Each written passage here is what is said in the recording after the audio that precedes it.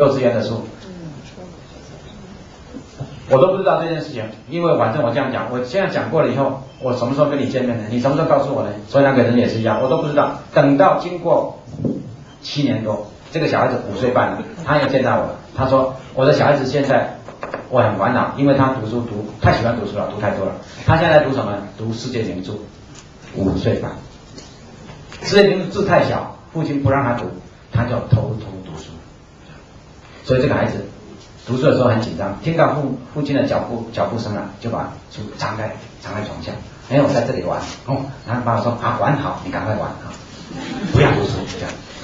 各位，如果天下的家庭都是如此，我告诉你啊，天下太平了。现在我们台湾的教育部长曾志昂先生，他在烦恼我们的国民不喜欢读书，烦恼我们的孩子不读书，烦恼我们的青少年只喜欢玩。他知道阅读习惯要从小学开始，所以他拼命的在提倡儿童的阅读教育。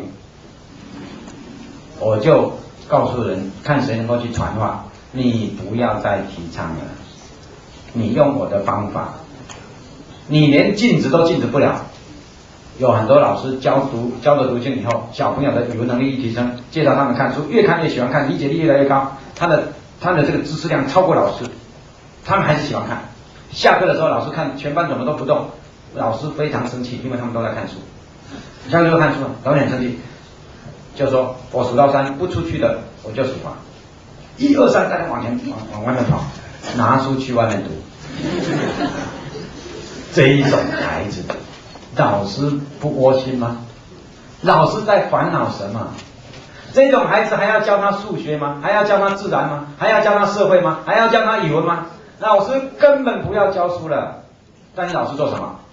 老师只说孩子啊，往前走，孩子啊，你的前途比我好，孩子啊，你赶快读经。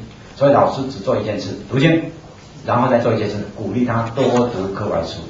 老师不费吹灰之力，人才从此培养成功。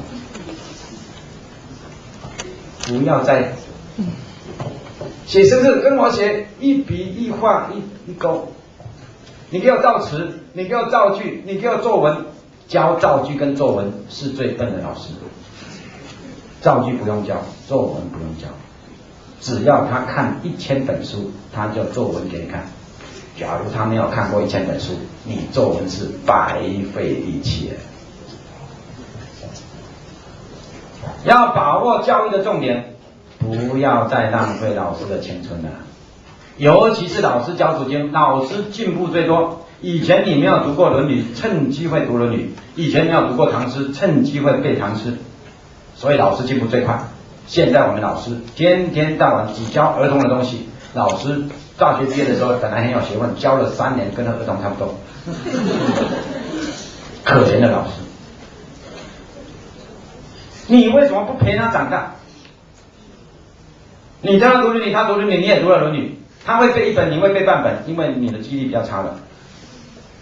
这一种孩子一辈子感激老师，一辈子哦，他越长大越感激老师。这个《论语》哪里读来的？我小学老师某某老师教的。各位啊，这叫做千秋万世之业啊！你教他国语做什么？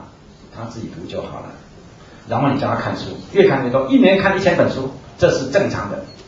6年之内看完6000本书。什么叫6000本书？中国没有书给他读了，这叫6000本书啊！现在我们台湾有读经的孩子，但家长很烦恼，就是不知道去哪里拿书给他读，因为没有书了，图书馆的书通通读完了，小学还没毕业啊！你知道吗？为什么不做这种教育？你还讲给他听，我来分析给你听，这叫什么文法断义大义？你分析做什么？他都比你厉害了。你教他作文做什么？有学问就会作文，没有学问教他怎么看听感想做起承转合，没有意义的，没有意义的。不要做没有意义的事啦，各位老师。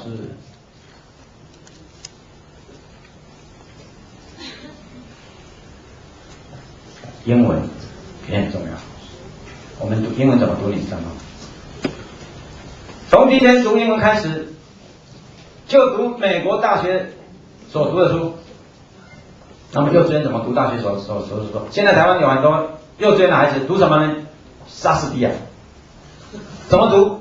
我告诉各位，不要老师，也有6个字的教学法。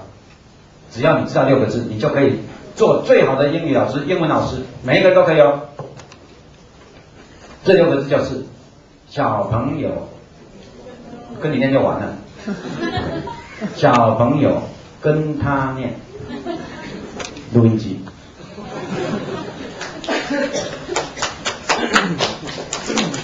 听一遍，鸭子听雷公，不懂；2遍不懂，3遍不懂，10遍有印象，20遍跟着念，30遍、50遍很熟，100遍会背。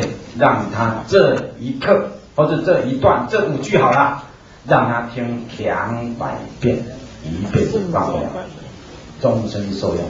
只要这种句子背上1000句，你就不用烦恼他一辈子的英文了。然后我们还有英文的经典之作，几千年来用英文写的最好的、最有思想内容的著作，像林肯的演说、美国的独立宣言，刚才说莎士比亚的14行诗，像这些东西，只要10篇、20篇放在肚子里面，我告诉各位，将来要了解西方文化的人是中国人。我们既了解自己的祖先的文化，我们又可以深入到西方文化的核心。你假如只是读那些非常简单的所谓儿童英语啊，你这一辈子就浪费掉了。你将来遇到外国人，只会跟他谈天气啊，你跟他做生意的时候，只会想要钱啊，你就不会说出一句很伟大的话。你说你就不会这样讲。你说读经的孩子才会这样讲，讲说什么？你们耶稣说你要跟我做生意，他说哦对，他就给你做生意的嘛。就是你要引用他们这个深度的、有意义的，你要跟他们讲有道理的东西，你才能做大生意。民族文化的融合，要由高度的心灵来融合。高度的心灵是开放的，是对所有的文化传统都能够吸收的，但是一定要在13岁之前打定基础。打基础的方法就是不管懂不懂，把重要的东西放在肚子里面，不重要的东西不要教，他自己会。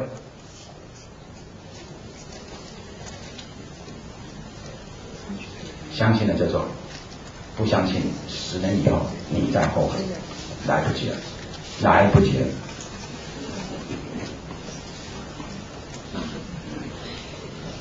我今天就讲到这里，我这个